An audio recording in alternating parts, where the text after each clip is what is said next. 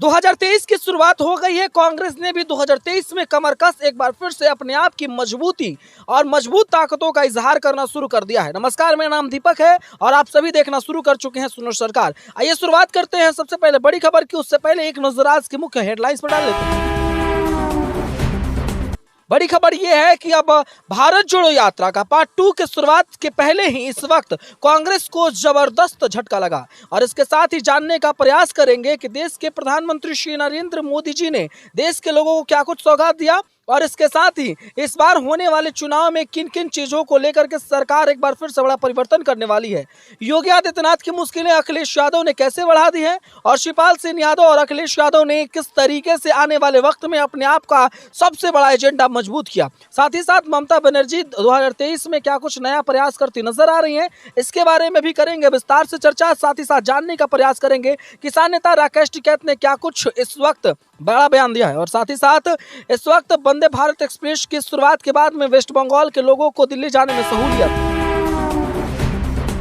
शुरुआत बड़ी खबर से करते हैं और बड़ी खबर निकलकर सामने आ रही है कि भारत जोड़ो यात्रा अपने आप में दिग्गज और सबसे पहले जी हाँ इस यात्रा को प्राथमिकता मिलने लगी है। इस यात्रा को सबसे पहले आपको बता दें कि ताकत ज्यादा से ज्यादा इस वजह से मिल रही है क्योंकि इस यात्रा में कई बड़े नेताओं के शामिल होने से इस यात्रा की भव्यता और बढ़ रही है। जैसे राहुल गांधी के साथ शामिल होना बड़े बड़े नेताओं का अपने आप में एक सबसे बड़ा जिक्र है, लेकिन अगर आप इन्हीं सारी बातों को कर रहे हैं तो आपको ये ध्यान रखना होगा इन बातों का कि भारत जोड़ो यात्रा में इस बार उत्तर प्रदेश में स्मृति ईरानी को पत्र भेजा गया है और कहा गया है कि आप भारत जोड़ो यात्रा में शामिल हो जाइए। खैर, ये तो वक्त बताएगा कि कितना वह शामिल होती हैं या नहीं होती हैं, भारतीय जनता पार्टी का रिएक्शन क्या होता है, लेकिन कोशिश जो है वो भारतीय जनता पार्टी के खेमों में से बड़ी खबर निकलकर सामने आ रही है नरेंद्र मोदी को लेकर के। देश के प्रधानमंत्री श्री नरेंद्र मोदी जी ने देश के लोगों को एक बड़ा सौगात दिया है और ऐसे में देश के प्रधानमंत्री श्री नरेंद्र मोदी को लेकर के बड़ी खबरें भी आ रही है। देश के प्रधानमंत्री ने आज वंदे भारत एक्सप्रेस का बड़ा शिलान्यास किया। उन्होंने जी हाँ वेस्ट बंगाल को एक बड़ा चीज दी, लेकिन इसके साथ ही नमामि गंगे परियोजनाएं, माता जी के निधन के बाद में आंखों में आंसू लेकर के राज्य भवन पहुंच करके एक प्रधानमंत्री को ये कितना ज्यादा शोभा देता हुआ नजर आया कि उसके सर पर उसके काम की जिम्मेवारी थी। माँ को श्रद्धांजलि अर्पित अंतिम मुखाग्नि देने के बाद में वो सीधे राज्य भवन पहुंचे जहां उन्हें आगे के कामों को करना था, देश की अन्य माँ के लिए कामों को करना था, इस भारत माता के लिए करना था और उन्होंने किया भी। बड़ी खबरें निकलकर सामने आ रही है अखिलेश यादव को लेकर के। अखिलेश यादव से लेकर के शिवपाल सिंह यादव ने अब नया प्लान सेट कर लिया है। प्लान इस बात को लेकर के कि चाहे जो कुछ भी हो जाए इससे बड़ा असर नहीं पड़ता, लेकिन किसी भी हालात से निपटेंगे, लेकिन जो है हम लोग अपने आप को टूटने नहीं देंगे। अखिलेश यादव से लेकर के तमाम नेताओं ने अपने आप को एक जुटता में एक सूत्र में बांधने की तैयारी शुरू की है और ऐसे में एक सूत्र में बांधने के साथ साथ ये लोग जो है एकत्रित हो जाएंगे। इससे कहीं ना कहीं जो चीजें हैं वो बदलने वाली है, चीजों का बदलाव होने वाला है, ये आप सभी भी देख रहे हैं। खैर, हमें उम्मीद है कि इस बार भले ही कुछ ना हो पाया हो, लेकिन नेक्स्ट टाइम चाचा और भतीजा भी कुछ बड़ा कर पाए, कुछ बेहतर कर पाए, ऐसा हम भी कोशिश और ऐसा हम भी सोचने की उम्मीद कर सकते हैं, क्योंकि भारतीय जनता पार्टी को मात देने के लिए दोनों नेताओं ने मजबूती के साथ अपने आप को एक पड़ाव पर लाना शुरू किया है।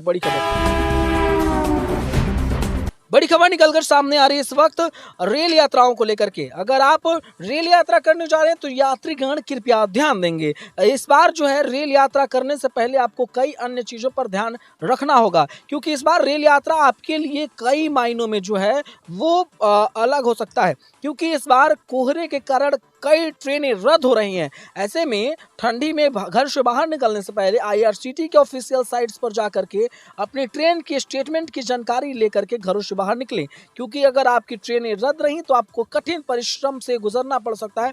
ऐसे में आपको इन बातों पर ध्यान रखना चाहिए और उसके बाद में आगे की कामों पर काम करना चाहिए। तो खैर, इन सभी मुद्दों को हम आगे डिस्कस करते रहेंगे और बताएंगे। तो आईआरसीटी पर जांच करके तभी घरों से बाहर निकलें। बड़ी खबर निकलकर सामने आ रही है। इस वक्त किसान नेता राकेश टिकैत ने साफ कर दिया है कि भारत में जो है वो किसानों की नहीं सुनी जाती, किसानों को नहीं समझा जाता, जिसके कारण आज किसान परेशान है। किसानों को परेशान किया जा रहा है। किसानों की परेशान होने की तस्वीरें लगातार सोशल मीडिया पर वायरल हो रही है। और किसान किन किन मुद्दों को लेकर के परेशान है, आइए आपको बताते हैं। सबसे पहले, किसानों को समय पर खाद और बीज नहीं दी जाती। इस मुद्दे को लेकर के कई बार चर्चा सरकार से करने की कोशिश हुई है, लेकिन सरकार ने इन मुद्दों को सर से इनकार कर दिया है। इसके साथ ही किसानों की बातों को ना सुनना अपने आप में सबसे बड़ा सवाल है। किसानों का एमएसपी पर फिक्स कानून का मांग करना अपने आप में बड़ा सवाल है। और सरकार और सिस्टम इन मुद्दों पर बातचीत करना नहीं चाहती। ये हकीकत है, ये जमीनी हकीकत है कि सरकार किसानों को परेशान जरूर कर रही है। और किसान भी यह समझ चुके हैं कि उद्योगपतियों के द्वारा इशारों पर हमें नचाया जा रहा है बंदर की तरह। ममता बनर्जी ने साफ कर दिया है कि भैया चाहे जो कुछ भी हो, चाहे जितना कुछ भी हो जाए, लेकिन हम लोग जो है कभी भी पीछे मुड़ करके नहीं देखेंगे।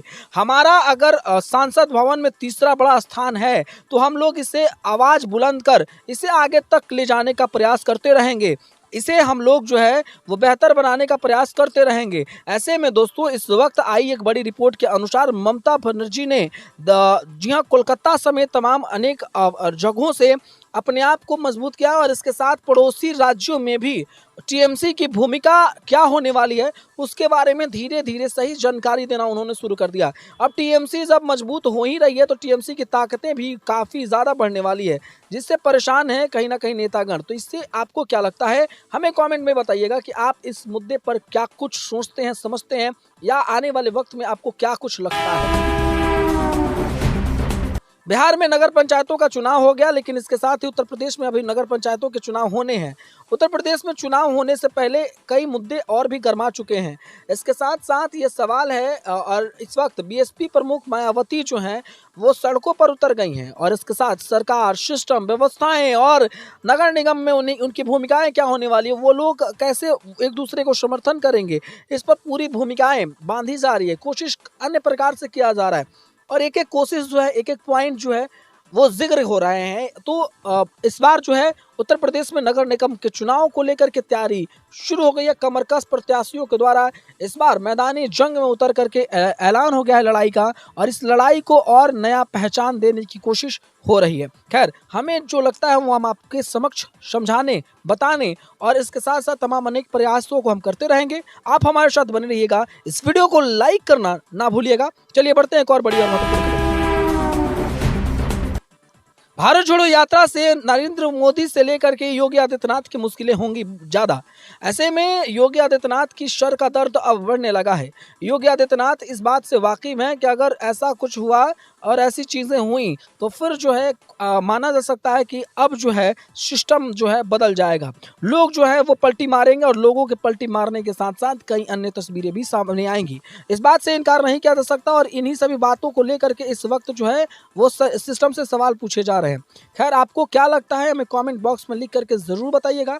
आपकी छोटी बड़ी सभी प्रतिक्रियाओं पर हमारा ओपिनियन जो कुछ भी होगा हम रखने का प्रयास करेंगे, हम आपको समझाने का प्रयास करेंगे क्या कुछ चीज़ें बदल रही हैं, किस तरीके से चीज़ें बदल रही है। ये तमाम टॉपिक, इस तमाम मुद्दों पर हमारी और आपकी बातचीत होती रहे। बने रहिए आप हमारे साथ। इस वीडियो को लाइक करिए, सुनो सरकार के वीडियो को लाइक कर ज़्यादा से ज़्यादा लोगों तक पहुँचाने का प्रयास कीजिएगा। आज के लिए इतना ही। जय हिंद, वंदे मातरम।